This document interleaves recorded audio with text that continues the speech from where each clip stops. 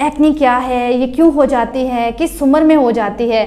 Doctor साहब, लड़कियों को कॉस्मेटिक्स के बारे में बताएं। कुछ लड़कियां बहुत ज़्यादा मेकअप यूज़ करती हैं और गैर मयारी क्रीमें यूज़ करती रहती हैं। उनको कोई पैगाम दें, उनको कोई टिप्स दें, क्योंकि कुछ लोगों का ये मानना है कि अंडे इस्तेमाल करने से भी एक्ने हो जाती है। डॉक्टर साहब, ये भी बताते चलिएगा कि चेहरा कितनी दफ़ा दिन में वॉश करना चाहिए। कुछ लोग तो बार बार चेहरा धोते हैं और कुछ एक बार में भी जो है वो सारा दिन गुजार देते हैं। तो कितनी दफ़ा चेहरा वॉश करना चाहिए। अस्सलाम वालेकुम, मैं हूँ अबीहा और आप देख रहे हैं नवाब एडवर्टाइजमेंट। आज की वीडियो बहुत खास होने वाली है, वो इसलिए क्योंकि आज हम जिस टॉपिक पर बात करने वाले हैं वो लड़के और लड़कियों में दोनों में बहुत कॉमन है। आज हम बात करेंगे एक्ने के मौजू पर और डॉक्टर साहब के पास हम आ चुके हैं अपने कुछ सवालात लेकर, ये जानने के लिए कि एक्ने क्या है, ये क्यों हो जाती है, किस उम्र में हो जाती है। ये कुछ सवालात हैं जिनके जवाबात के लिए हमारे साथ मौजूद हैं डॉक्टर सैयद मोहसिन। अस्सलाम वालेकुम। वालेकुम अस्सलाम। कैसे हैं डॉक्टर साहब? जी अल्लाह का शुक्र। डॉक्टर साहब, सबसे पहले तो आप हमें ये बताएं कि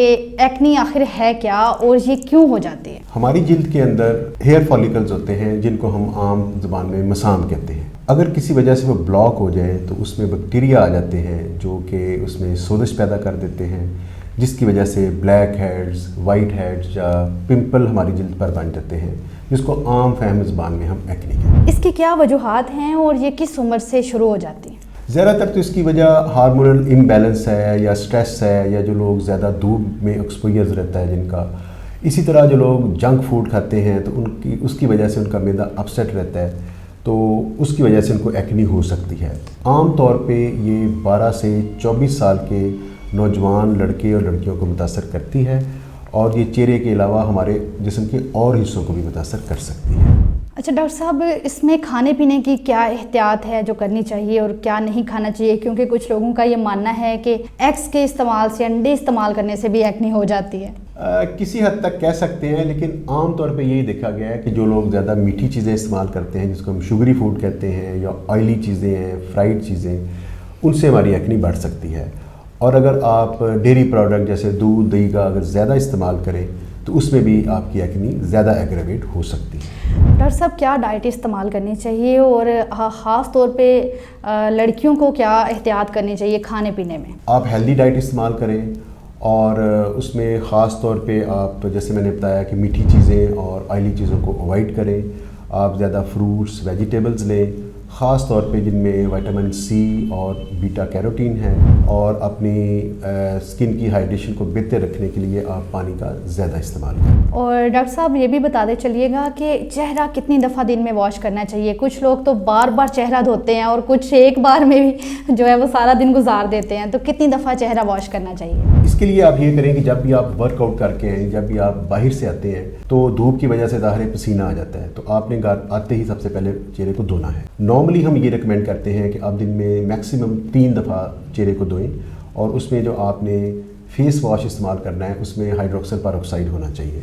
और जब आप अपने चेहरे को साफ़ करें तो कोशिश करें कि हाथों से साफ़ करें, आपने टिश्यूज़ बिल्कुल इस्तेमाल नहीं करने, और कोशिश करें कि चेहरे के लिए अलहदा से टॉवल लें और उसको आपने ऐसे मॉप करके साफ़ करना है, आपने उसको चेहरे को रगड़ना नहीं है। इसी तरह कई दफ़ा जो आपके पिंपल्स हैं उसमें मरीज़ों को जलन होती है या दर्द होती है तो वो उसको छीलते रहते हैं, बिल्कुल। तो आपने उसको बिल्कुल छीलना नहीं है, इससे जो एक्ने है वो आपके पूरे चेहरे पे फैल जाएगी।